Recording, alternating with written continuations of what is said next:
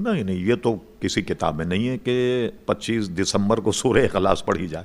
دیکھیے میں بتاؤں آپ کو،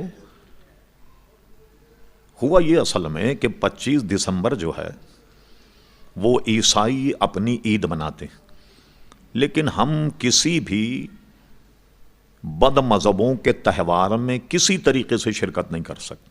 جیسے ہولی ہے، دیوالی ہے، دسہرہ ہے، یہ سب ہندوؤں کی رسمیں ہیں، اس میں ہم شرکت نہیں کریں گے. اسی طریقے سے 25 دسمبر، اس میں بھی ہم کسی عیسائی کے پروگرام میں نہیں آئیں. آپ اس میں انسائکلوپیڈیا اٹھا کر دیکھ لیں، کسی مذہبی عیسائی رہنما سے پوچھ لیں آپ کہ بھئی آپ یہ کیا دن مناتے ہیں، آپ پوچھیں آپ اس سے. وہ معاذ اللہ دن مناتے ہیں کہ عیسیٰ علیہ السلام پیدا ہوئے تو اللہ کا بیٹا پیدا ہوا، معاذ اللہ.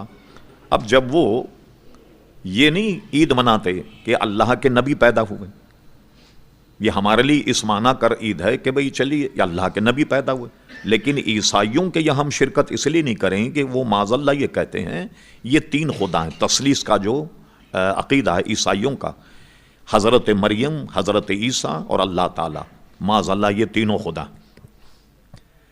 اور معاذ اللہ ان کا عقیدہ یہ ہے کہ حضرت مریم جو ہیں وہ اللہ تبارک و تعالیٰ سے حاملہ ہوئیں، اور جو بچہ پیدا ہوا وہ عیسیٰ علیہ السلام تھے. معاذ اللہ تو گویا وہ عیسیٰ علیہ السلام کے بیٹے.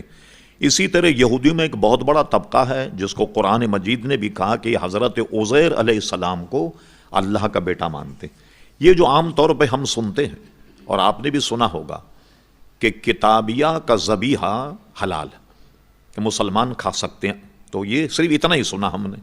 بھائی یہ بیان کیا جائے کہ وہ اللہ کے نام پہ ذبح کرے تب حلال ہے کتابیہ.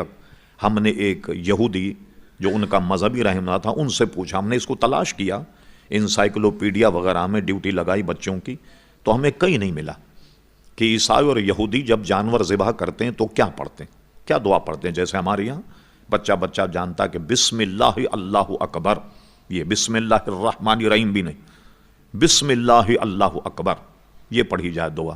ٹھیک، تو اس یہودی پادری نے بتایا کہ ہم جب جانور ذبح کرتے ہیں تو حضرت عزیر علیہ السلام کا نام لیتے.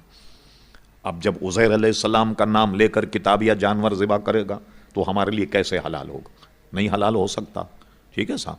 تو اب وہ معاذ اللہ یہودیوں کا بہت بڑا طبقہ عزیر علیہ السلام کو اللہ کا بیٹا کہتا ہے، اور عیسائی، تمام عیسائی، ان کے جتنے بھی طبقے، جتنے بھی فرقے ہیں، یہ سب کے سب عیسیٰ علیہ السلام کو اللہ کا بیٹا مانتے.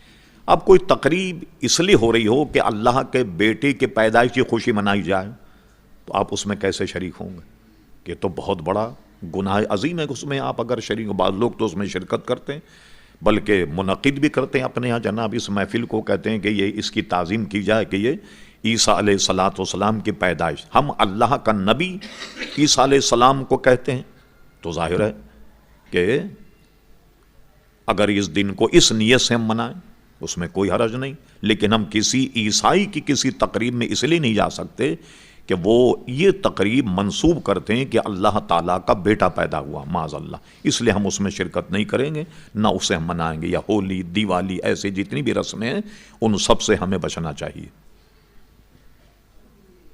جی